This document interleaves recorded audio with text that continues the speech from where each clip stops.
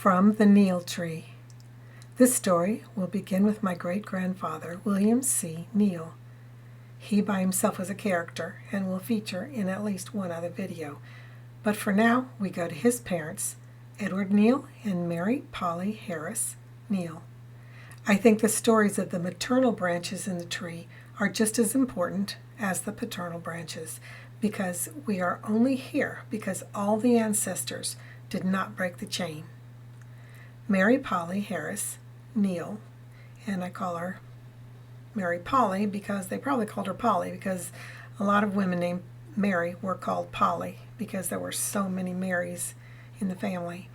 Mary Polly Harris Neal, my great-great-grandmother, her parents were Reverend William Harris and Nancy Highsmith, and Highsmith is another great name.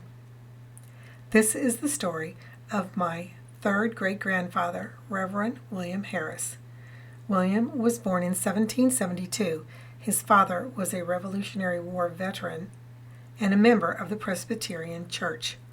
Very little is known of William's early life, except what would be expected from the character of his father.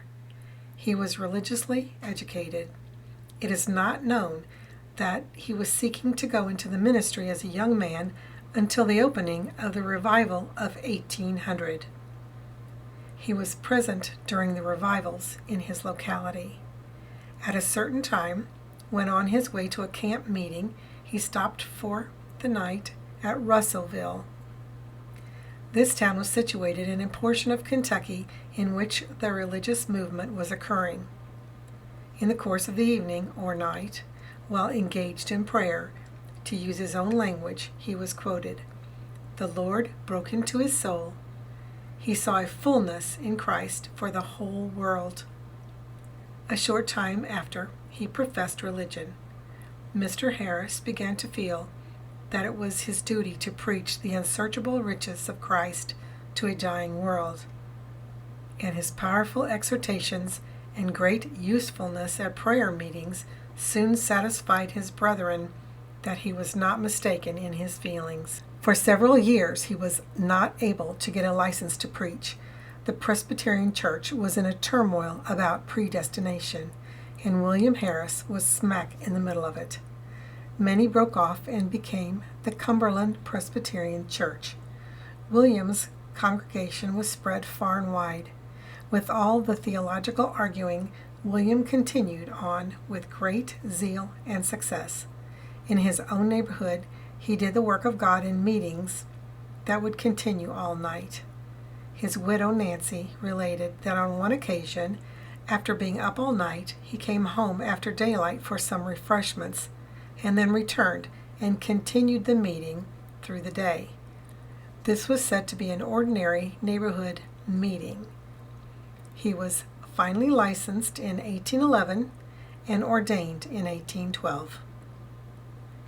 He preached to Marrowbone congregation in Cumberland County, 75 miles from his home, once a month for 20 years, and it was remembered that he never missed an appointment, no matter the weather. He rode on horseback, crossed rivers and creeks, which at that time most had no bridges. For his labors, he averaged about $75 a year. Mr. Harris published the first selection of hymns which was ever published for the use of the Cumberland Presbyterian Church. It was published in 1824 and used for several years. William was married to Miss Nancy Highsmith of Greene County, Kentucky. They raised a very large family. I counted 17 children. One of their sons, Reverend C.H.D. Harris, wrote of his father, "He was full of sublime intelligence and had an imperishable hope. He performed an immense amount of labor. Every year, as far back as I can remember, he left home on a preaching tour about the 1st of August and was gone 2 or 3 months, attending camp meetings and sometimes performing funeral services. A few months before he went to his reward, he rode on horseback over 100 miles into Marion County to dedicate a church." C.D.H. Harris continued. In the fall of 1864, In company with my wife, I made a visit to my dear mother. The cruel war was upon us, and times were perilous, but I felt that I must see her once more. We found her in ordinary health, though feeble. I preached for her. She was very happy, filled with God's love. A holy radiance shone in her countenance. Who can estimate the value of a pious mother, her presence in a benediction? On the 28th of October, I bade her farewell, assured that our next meeting would be in the General Assembly and Church of the Firstborn, or Heaven. She gave me her blessing, and on the 2nd of November she died suddenly. For years to come, Mr. William Harris's name will be a household word in many families in the Green River portion of Kentucky. That was in 1864. William and Nancy had 5 sons enter the ministry. One of them was David Rice Harris. He established a school in the neighborhood in which he settled. The school acquired a very good reputation. At one low point, David Rice Harris got involved with a Reverend James Smith from Nashville, Tennessee. David was said to have lost part or all of his hard-earned money to this man. Even with this hardship, he continued on with his work. He was licensed in 1824 and ordained October 1829 as a minister. Information about the other 4 sons is readily available online. We can't forget William and Nancy's daughter. Her name was Nancy also. She married a Reverend George Blewett. They had many children also. Everyone in those days had very large families. Nancy and George bring me to a great story that I found while researching the Harris family. It is entitled The True Story of Uncle George, and it says it's by Belle Johnson. It says, in loving memory of my grandfather, father, and mother. It begins, tell us a story, Uncle George, something that happened when you were young, said pretty Mary, as she nestled close to the side of her mother's uncle, who had recently come from the far south to the north to visit his niece and her family. Oh yes, do, Uncle, said the other nieces. Tell us something which really happened. We enjoy your story so much that we could listen for hours.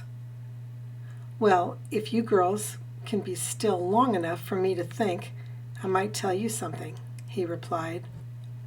After a moment's thought, he said, girls, I will tell you a true story, one in which your great-grandfather was one of the principal characters. The incident I am going to relate took place while he was laboring as a Cumberland Presbyterian minister in the old state of Kentucky. It was on one of these bright summer days, when everything in nature seems to be rejoicing in God's goodness, in giving sunshine and sending rain to beautify the earth, that your grandfather rode up to a large old farmhouse. A great crowd of people had gathered at this house from miles and miles to hear him preach. He was a great preacher in those days, and whenever it was announced that Brother Harris was to preach, all the people within 10 or 12 miles laid aside their weaving or spinning or cradling wheat or whatever they might be doing, and mounted their best saddle horses and went to meeting. The men, women, and older children on this occasion crowded into the old log house, filling it full, while the smaller children played noisily outside in the big yard. A hymn was sung and an earnest prayer offered by one of the good deacons. Then the preacher arose and announced his text, "Be of good cheer," etc. His words were plain and practical. Every sentence seemed to be filled with truth and earnestness. "Be of good cheer" was ringing in every ear. The mothers, in their eager desire to catch every word that fell from his lips, had forgotten for the moment to keep their eye over the little ones outside. Suddenly there was a scream, a cry, "Help, help! A child is in the well!" How the mothers rushed wildly out, screaming, "Is it my boy? Is it my girl? Oh, help! "Oh, help!" The great crowd followed in the wildest excitement. The well was at the foot of a little slope several feet from the house. One glance at the children near it, who were screaming at the top of their voices, was sufficient for a pale, frightened mother to know that it was her 3-year-old darling who was missing. Wildly she rushed toward the well, screaming and wringing her hands in agony. She was just on the point of making a leap for her drowning child when she cast a glance backwards and saw the tall preacher coming toward her. Turning, she rushed to him and fell at his feet, crying, "Oh, save my child, save my child." There was not a moment to lose. Before anyone in the bewildered crowd had time to think, the minister had slipped his shoes from his feet and began to let himself down into the well by grasping first one rock, then another in the well. Clinging to the side of the damp wall with one hand, he could at last reach down and grasp with the other what seemed to be the lifeless form of the little child. What a moment of terrible suspense that was to the mother. Slowly he came up with the precious burden.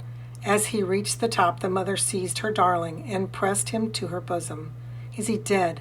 passed from lip to lip. Marvelous as it may seem, the little fellow was not even injured by the fall or fright, though from the appearance of his drenched garments he had evidently gone under the water and arisen again. When rescued, he was clinging bravely with both tiny hands to a rock in the side of the wall, his little feet touching the water. The good minister did not wait for words of praise over his heroism.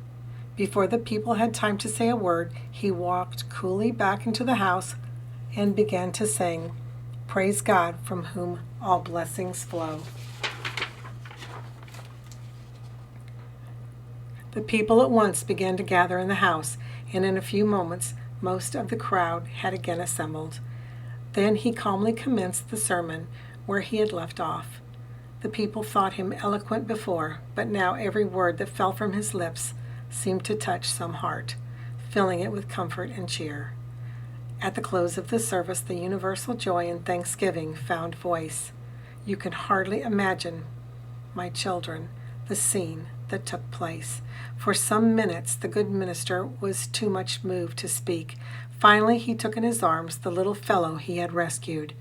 Laying his hand upon the child's head, he turned his face heavenward and asked the Father above to throw his mantle of love and care over that child. He said also that he believed his life was spared that day, that he might live to be one of the world's most useful men. Years passed on, and the child grew from boyhood to young manhood. He was said to be a general favorite with all who knew him, and to be especially beloved by the preacher, who was now a feeble old man. Dame Rumor soon coupled his name with that of the preacher's pretty daughter, and in this case her report proved a true one, for it was not long before the old father gave in marriage his youngest daughter to the boy whom he had rescued from the well 20 years before. Well, girls, my story is all told. You wish to hear more? Well, I will tell you one thing more, and that is, that little boy who came so near being drowned was no other than your Uncle George, and that the fair girl who has made him such a true wife all these years is your own Aunt Nancy. Whether I have made the good and useful man your grandfather hoped I would, I cannot tell. But I trust I have repaid him for so nobly saving my life. You have, Uncle George, you know you have, cried Mary, for you are one of the best of men, and I have heard it said that you are one of the finest preachers of the Cumberland Presbyterian Church in the state of Texas. I know if my grandfather were living today, he would be proud of his rescued boy. And I figured out that George was Reverend George Love Blewett. He was husband of my second great-grand-aunt Nancy Lowry Harris, and of course William Reverend Harris, my third great-grandfather was the man that rescued him from the well. I think Mary in the story is my second cousin 3 times removed. That was a great story. Mr. Harris raised a large family and lived to see to the 4th generation. Adding to the 5 sons in the ministry by the time of his funeral, he also had 2 grandsons who had become candidates for the ministry. He kept the faith till the end, and he was quoted saying shortly before he died, "Thank God, I am not afraid to die." Our Reverend William Harris was so loved and remembered. His life was truly well lived. They say in 3 generations you will be forgotten. Reverend Harris has not been forgotten. And by the way, his grandmother, Flora Douglas, was from Scotland. The Harris and Douglas family intertwined in Scotland for a few hundred years. That's another story or two. The Harris line is where we get a lot of our Scottish DNA. So many stories, so little time.